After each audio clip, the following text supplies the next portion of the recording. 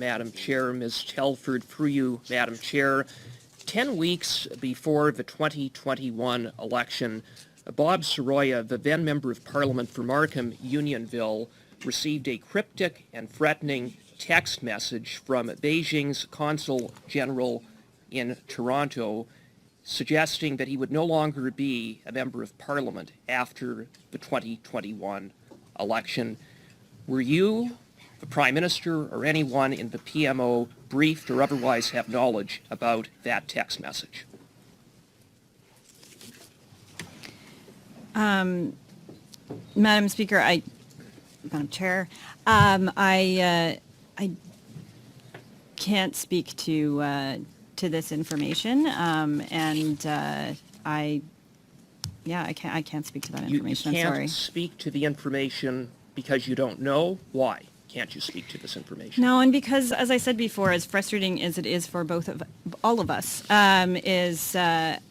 I can't get into confirming, let alone denying information and going beyond the bounds of the security heads who were here before me. Well, I find that very, very interesting that you will not confirm whether you have knowledge of that text message. Do you have, I'll ask an even broader question. Do you have any knowledge of interference by Beijing in the 2021 election in the riding of Markham-Unionville? I can't speak to specific pieces of information. As you know, I was not the cleared representative during the campaign. Sorry, through the chair, the member knows I was not the cleared representative during the campaign. But in terms of what I have been briefed on subsequent to the campaign, and you will have seen a lot of this come out of the review of the panel's work during the 2021 campaign. So broadly speaking, yes, I have been briefed on attempted interference and influence during the last elections. And that occurred in the riding of Markham-Unionville, yes or no? I can't speak to that, Madam Chair, in terms of the specifics. Another convenient non-answer. Ms. Telford, through you, Madam Chair, when I asked you in my previous round about when the Prime Minister first learned about Beijing's interference in the 2019 election, you didn't answer it. You said it's part of an ongoing conversation. You conveniently refused to even acknowledge your knowledge, your familiarity with one of the very few documents that has been produced by the Prime Minister's own department, the PCO, dated February 21st, 2020, that spoke about a subtle but effective interference network in the 2019 election. So in the interests of transparency, Canadians deserve to know, when did those conversations begin? So in the same efforts, Madam Chair, of transparency, conversations about potential election interference, attempts at began long before the 2019 campaign. That's why steps were taken actually to protect the 2019, and then more steps were taken in order to protect the 2021 campaign. And I think it's really important that it be said in this committee, because it should be said as many times as possible, that experts, very senior, trusted public servants have come out saying that those elections were fair.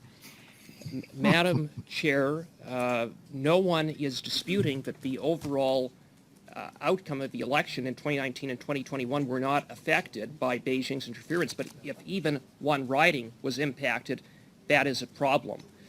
You acknowledge that there was interference by Beijing in the 2019 and 2021 election. I hope you at least acknowledge that much, Ms. Telford. Madam Chair, what did he say? I assume when the member talks about Beijing all the time, he's speaking about China foreign interference. What was that? Yes, I have acknowledged that right in the opening statement, that there was foreign interference by a number of states, and that's written into the reports as well. Very good, Madam Chair. Then, Ms. Telford, through you, Madam Chair, the advice of CSIS to the Prime Minister is that the policy of a government in response to foreign interference should be grounded in sunlight and transparency, and that such interference be made known to the public. That was provided in a briefing to him on January 21st, 2021, another one of the few documents produced to this committee.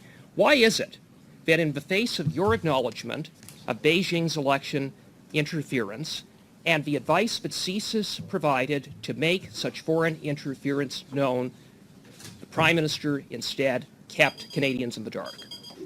I don't know about that. Madam Chair, I will be quick on that and just say, it's rare for the member and I to agree on anything, but what we can agree on is the importance for transparency and sunlight and growing confidence for Canadians in our institutions. And it's for that reason that our government took steps to protect the elections that had never been taken before.